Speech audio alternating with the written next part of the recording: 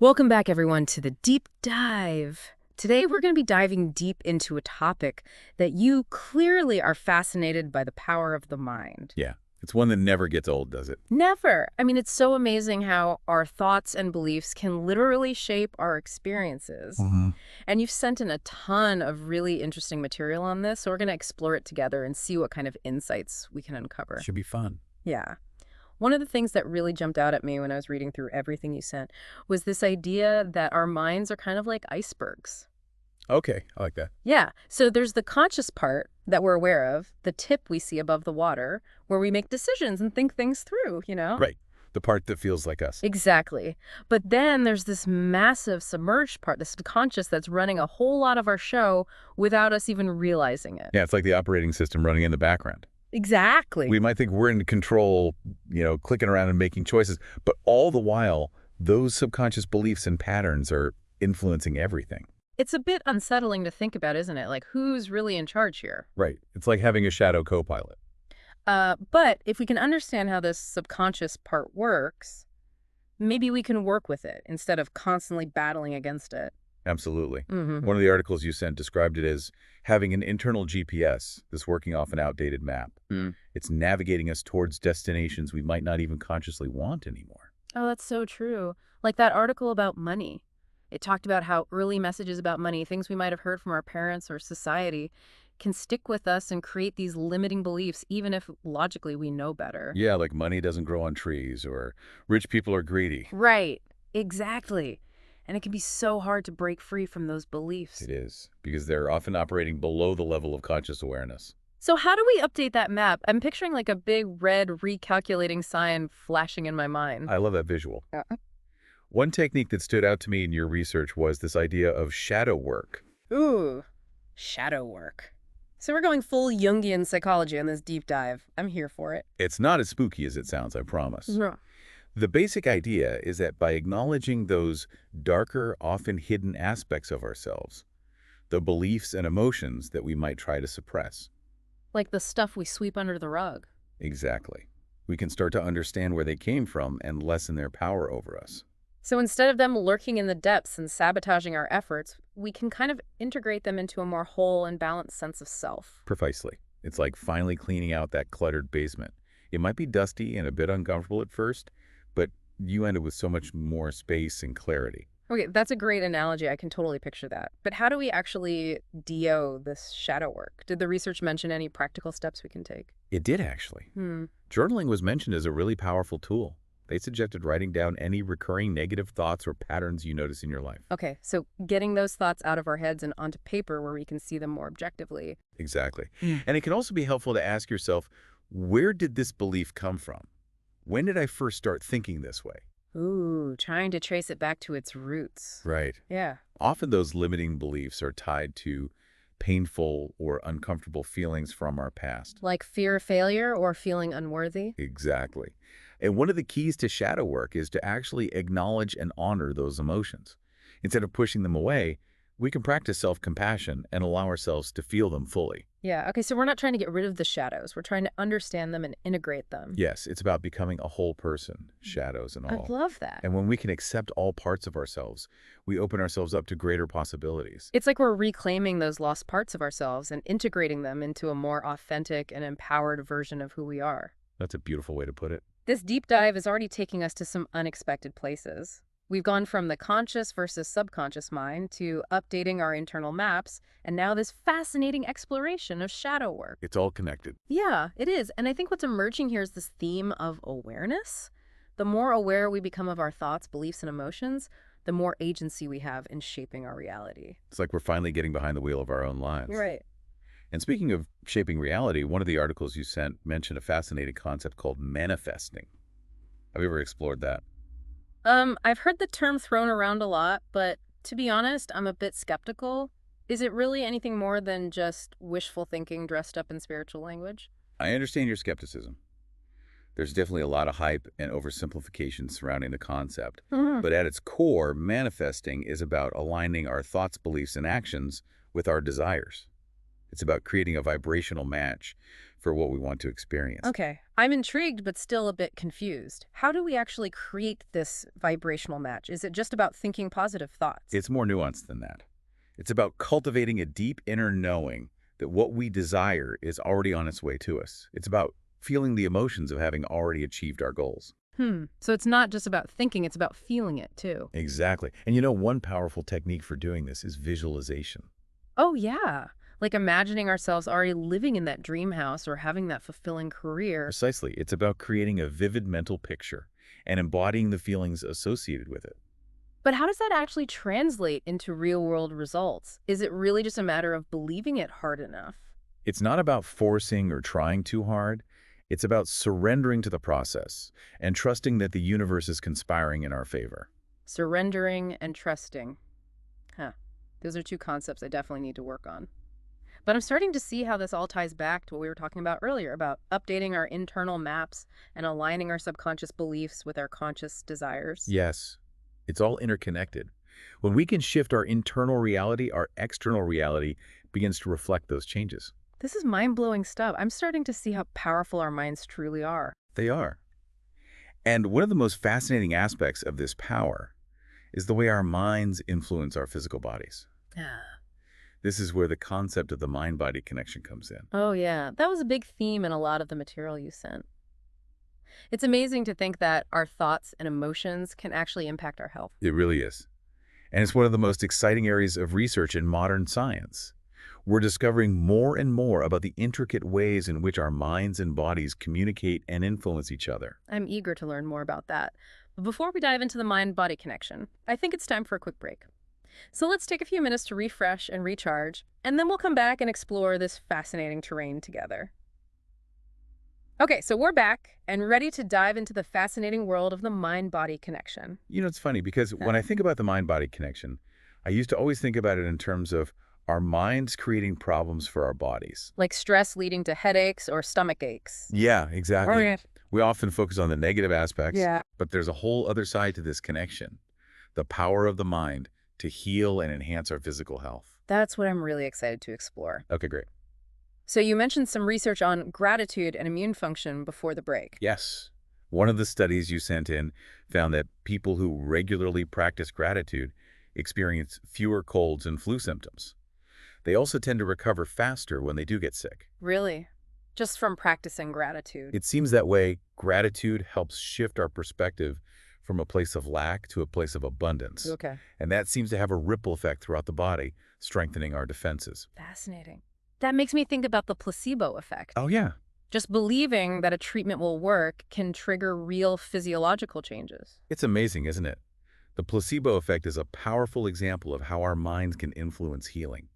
It suggests that our expectations and beliefs play a crucial role in how our bodies respond to treatment. So if our thoughts and beliefs can create positive changes in our bodies, does that mean negative thoughts can have the opposite effect?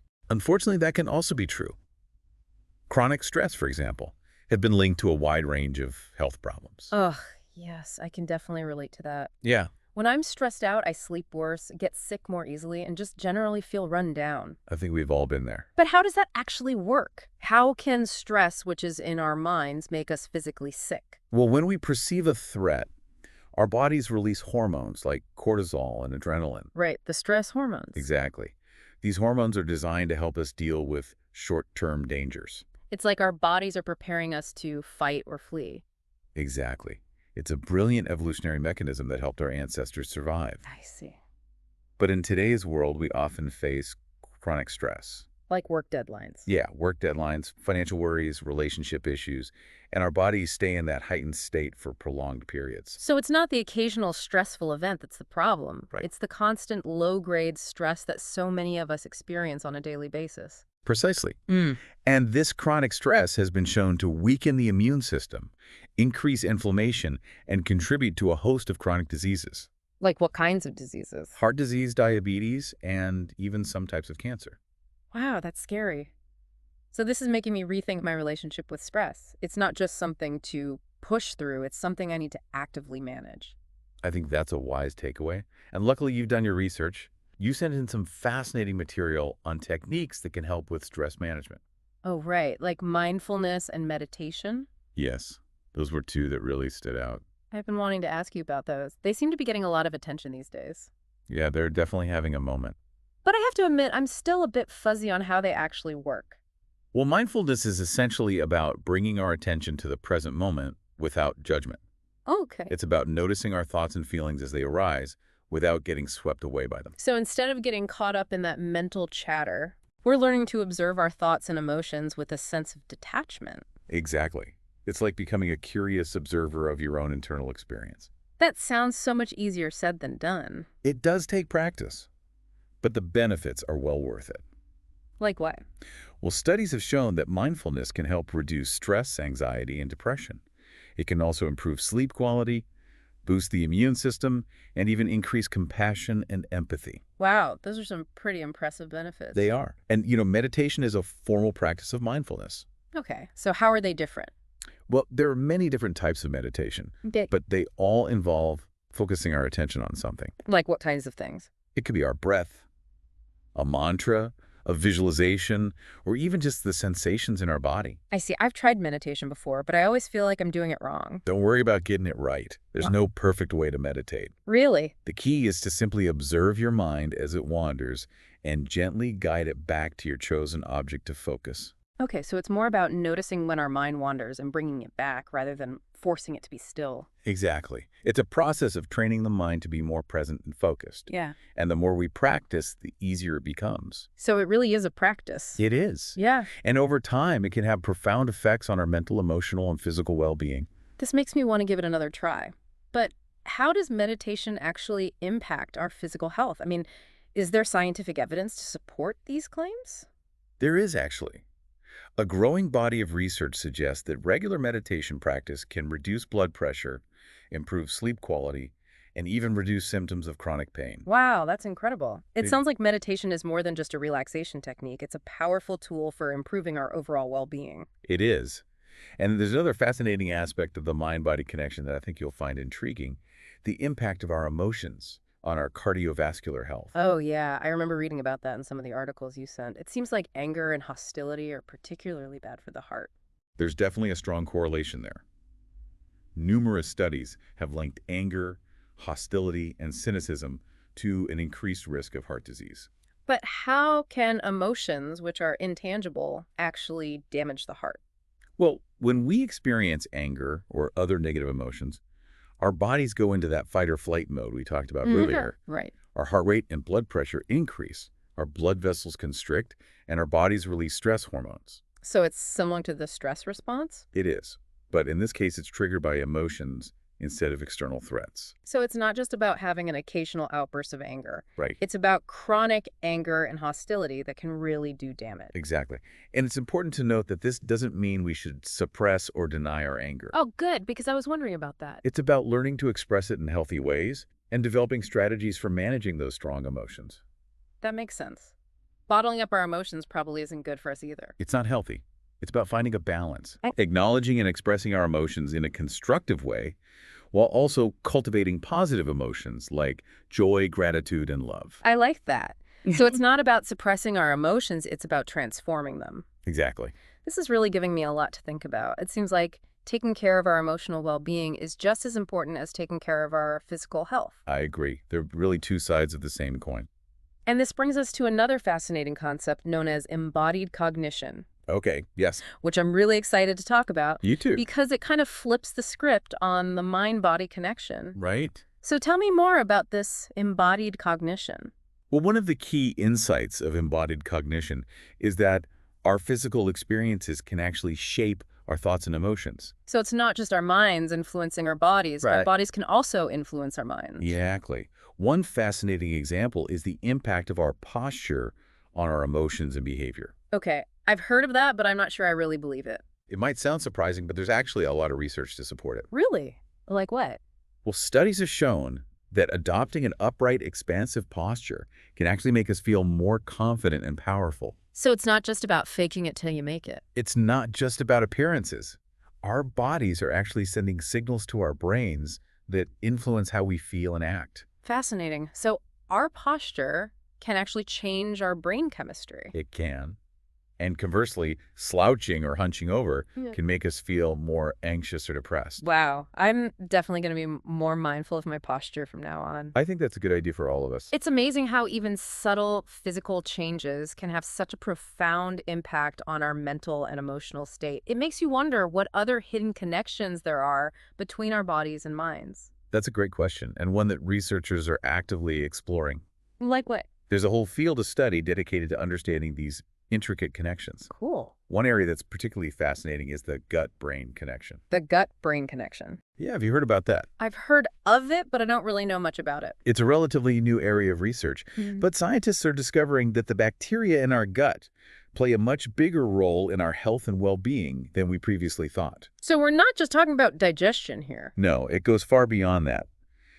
Research suggests that the gut microbiome, the trillions of bacteria that live in our intestines, can actually influence our mood, our cognitive function, and even our behavior. Wait, so the bacteria in our gut can impact our thoughts and emotions? It seems that way. Yeah. And it's all thanks to this incredible communication network between the gut and the brain. So how does that work? I mean, how can bacteria in our gut possibly communicate with our brains? Well, it seems that the gut microbiome communicates with the brain through a complex network of nerves, hormones, and immune cells. So it's like a two-way communication highway between our gut and our brain. Exactly. And this communication can influence everything from our stress response to our appetite to our sleep patterns. This is mind-blowing. It is. So what we eat and how we care for our gut health can actually impact our mental and emotional well-being. That's what the research is suggesting. Yeah, And this has huge implications for how we approach mental health treatment in the future. I can see that.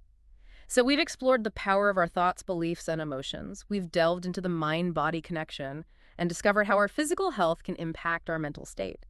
And now we're learning about the gut-brain connection and how the bacteria in our gut can influence our mood and behavior. It's really amazing to see how all these pieces fit together.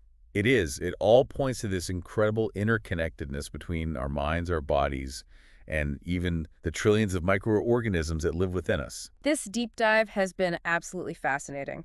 But before we wrap up this incredible journey, there's one more area I'd love to explore. Oh, what's that? Well, we've talked a lot about how our minds can influence our bodies, Right. but can our bodies also influence our minds? That is a great question, and one that I think will take us even deeper into this fascinating world of the mind-body connection. Awesome. I'm ready to dive in. It's amazing, isn't it? All these connections we've been talking about. It really is. Like how much we're learning about the gut-brain connection. Yeah, it's pretty mind-blowing. Before we started this deep dive, I never would have imagined that the bacteria in our gut could have such a profound impact on our mental and emotional state. It's one of the most exciting frontiers in science right now. And you know what it really underscores? Right. It Yeah. really underscores the holistic nature of well-being. We can't separate the mind from the body or the gut from the brain. Right. It's all one big interconnected system. At the beginning of this episode, we talked about the mind being like an iceberg, with the subconscious being this vast hidden realm beneath the surface. Yeah, that was a great analogy. But now I'm starting to think that the iceberg analogy doesn't go far enough. It's more like we're all part of this vast interconnected ecosystem, both internally and externally. I love that. It speaks to the complexity and interconnectedness of life itself. Doesn't it? And it highlights this fact that we're not isolated individuals. Right. We're part of something much larger than ourselves. Okay, my mind is officially blown. We've explored so much in this deep dive. From the power of the subconscious mind, to the impact of limiting beliefs, the magic of gratitude, the profound interplay between our minds and bodies, and this fascinating gut-brain connection. As we wrap up this incredible journey, what's one key takeaway you hope our listeners will walk away with today? That's a good question. If I had to choose just one, it would be this. You are not a passenger in your own life. Okay, I like that. You have the power to shape your reality through your thoughts, beliefs, and actions. You are the architect of your well-being. It's so easy to feel like we're at the mercy of our circumstances or our genetics, But what I'm hearing from you is that we have far more agency than we often realize. Absolutely. Yeah. And while we may not be able to control everything that happens to us, we can control how we respond. We can choose to focus on the positive, cultivate gratitude, and engage in practices that nourish our minds and bodies. This has been an absolutely incredible journey. Thank you so much for sharing your wisdom and insights with us. It's been my pleasure. And to our amazing listener, thank you for joining us on this deep dive into the power of your mind.